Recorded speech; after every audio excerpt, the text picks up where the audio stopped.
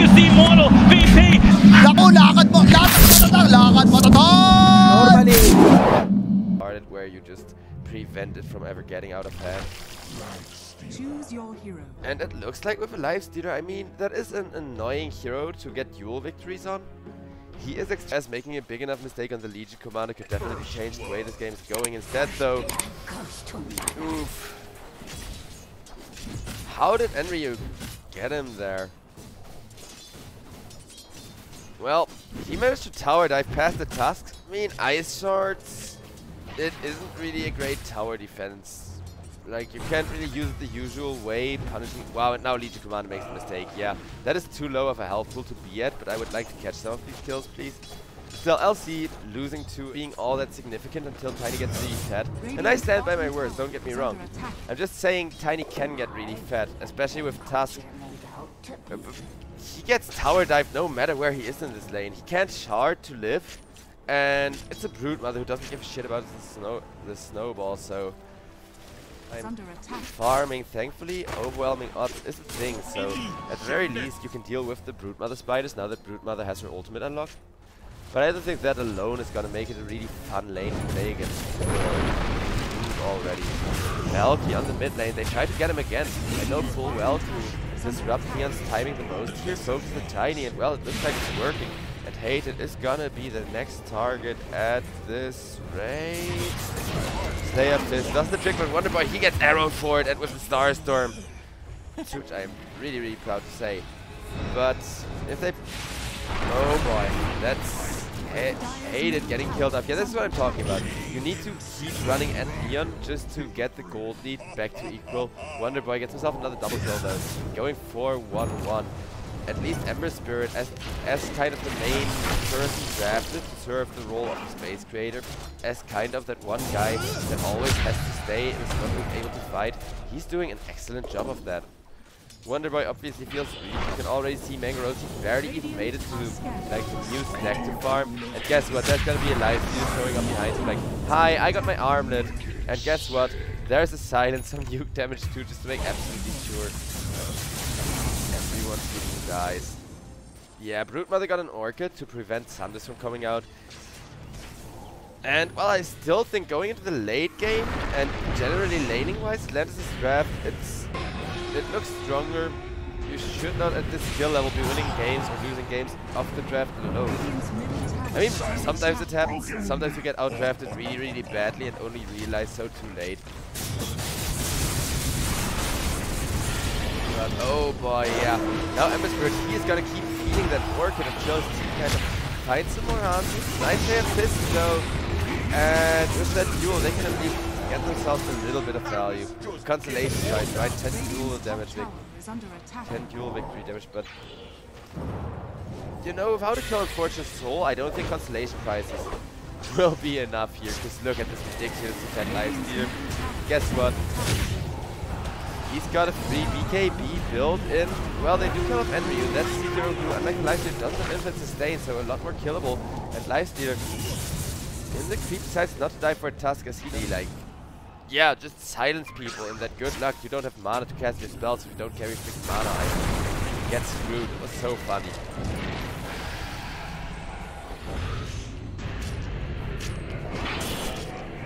I'll see.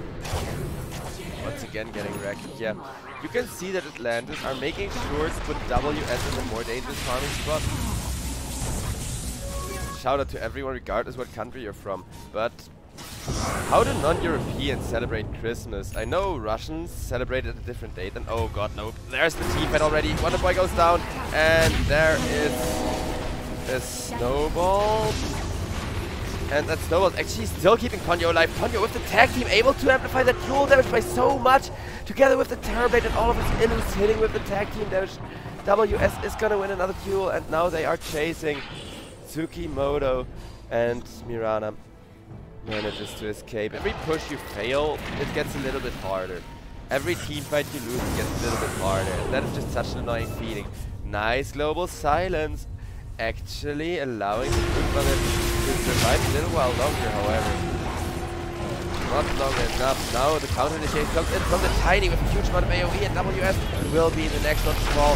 Hayden once again in a position to steal in, and he cancels with the follow-up, but Valky, he is taking too much damage from Mango Rose, and Mango Rose, he's not even properly fed yet. He's just starting to get himself there. With Valky going down. That's gonna be another catch onto Hated, and it looks like Fortune's right.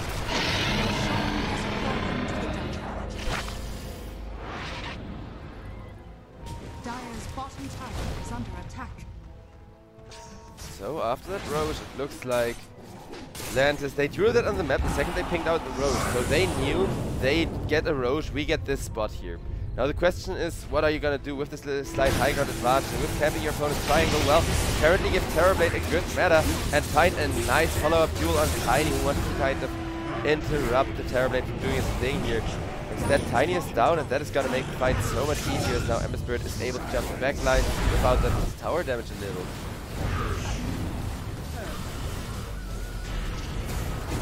Just a little, as the tier 3 tower now already down to half health. 30 minutes into the game, and give it 10 more minutes, Atlantis are gonna be undefeatable just by the sheer draft. Though I'm happy to see Neon play some of their signature aggression. I'm not sure if they'll ever go back to being their signature, but man, is it fun to watch.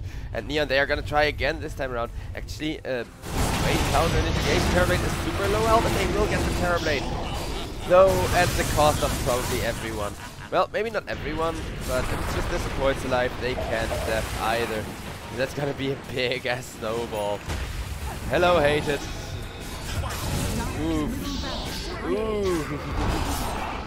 Okay, well, it was the Tusk going down, so it's not like he rolled somebody into negative invite. Going for what could perhaps be the last shot at this game, and with the endless shot initiation underneath command and follow-up damage, they are gonna down the hell out of WS for one. And it looks like that's not gonna be the only target, as Sands could be in a lot of trouble despite that rage. Dire's bottom tower is under attack. Okay, that's it. And while the lead commander sure not a big powerhouse in terms of damage, set up the Infest Bomb and everything. They will trigger the Infest Bomb on the Ember Spirit. Ember Spirit immediately using himself though, and that is gonna be the task. Going down first, Terrorblade, he does have the Thunder, and he is gonna press that button. Meaning Hayden is just gonna go down Silence, of course, the buyback. Is already dead. Ember Spirit did damage all over the place. And that's gonna be another one on Fortune Control. Fortune Control, no buyback means he is dead for almost 90 seconds. And well, even if he was dead for a minute, that would be enough for Mango Rose to finish this game already. But they want everyone as GG gets called by Neon and Atlantis. Yeah, they had the late game. They had some trouble throughout the 15 to 20 minute mark. But after that 15 to 20 minute mark allows for so many flex picks and for so much laning that if you just... Oh, there's the Urza, okay. Atlantis, they say this time around, we're not gonna wait 40 minutes to end this. We're gonna get an Urza and maybe a battle... That seems very scary. Also, yeah, indeed it is Urza gonna be committed to that Battle Fury. Oof. Sans, he missed that stun on the Clockwork. And that could be a death sentence, but Hated is still taking constant tons of damage off the Queen of Pain. But yeah, Valky will get himself the first blood in exchange for his Clockwork. That is to, you know, secure first blood gold on to make sure that that one core can just 1v2 his lane, or at least almost. But Queen of Pain comes in with an amazing thing, stealing that rune in front of his face with a Tiny. That X marks the spot was actually mid-air, because it was cast during the knock-up of the Torrent. Linked to that Battle Fury time, just by deciding, hey, this is gonna be a Battle Fury Urza game. You kind of, well, not lose your lane, but you're not gonna be nearly as big of a lane dominator and going like 3-0 really early, like Hashidos or a bunch of other heroes. Ooh, the Lina ultimate is gonna be barely enough damage to kill WS. Now the Silencer gets caught and is gonna fall as well. Atlantis, but you would really like to go for a proper team fight instead of these initiation attempts and potential pickoffs. Okay, Kuga, well, he does add a lot of damage.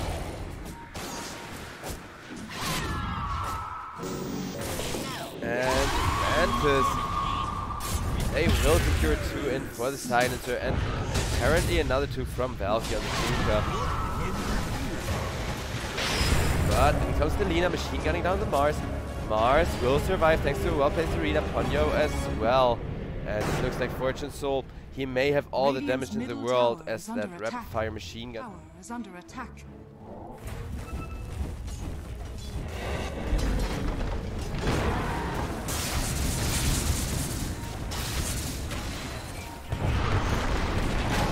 And there's gotta be the tier 1 down. Silence to follow. Global Silence did come out, but Kunkka, he's just gonna press BKB and is that red.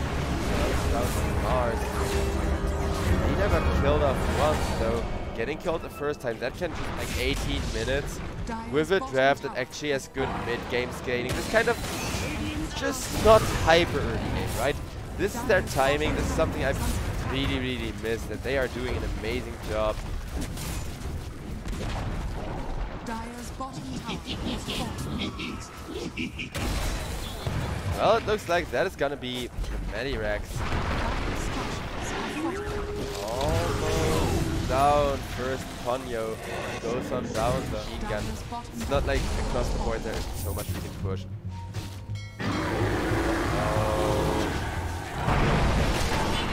Urza caught again and again and again.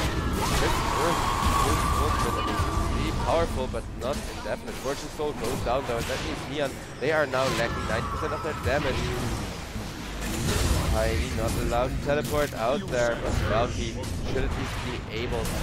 Yes, he is. Well, this is clockwork. That means Silencer. He is sitting at 8 int at least, and most are on. The way their rivalry with Neon went through the last 2 years was very interesting. And I'm sure neither of the teams will call GG any earlier than they think the game is truly unwinnable against their opponents. Dire's top tower is Neon vs Atlantis is such a classic matchup at this point. I'm just happy to see it. I'm less happy to see the Silencer get brutally slaughtered, of course, because that means this game is sooner to be over.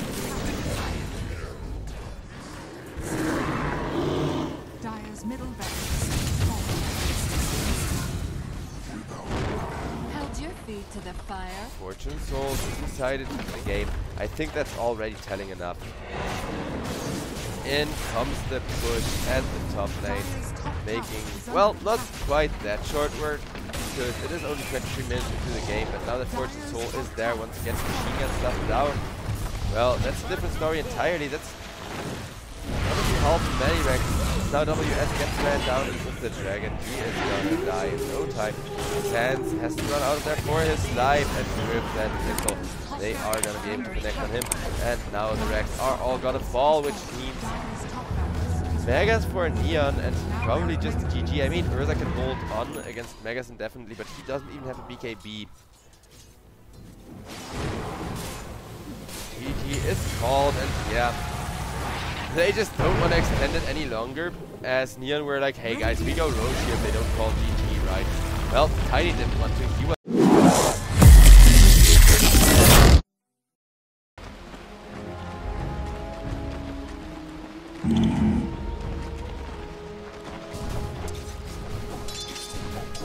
right.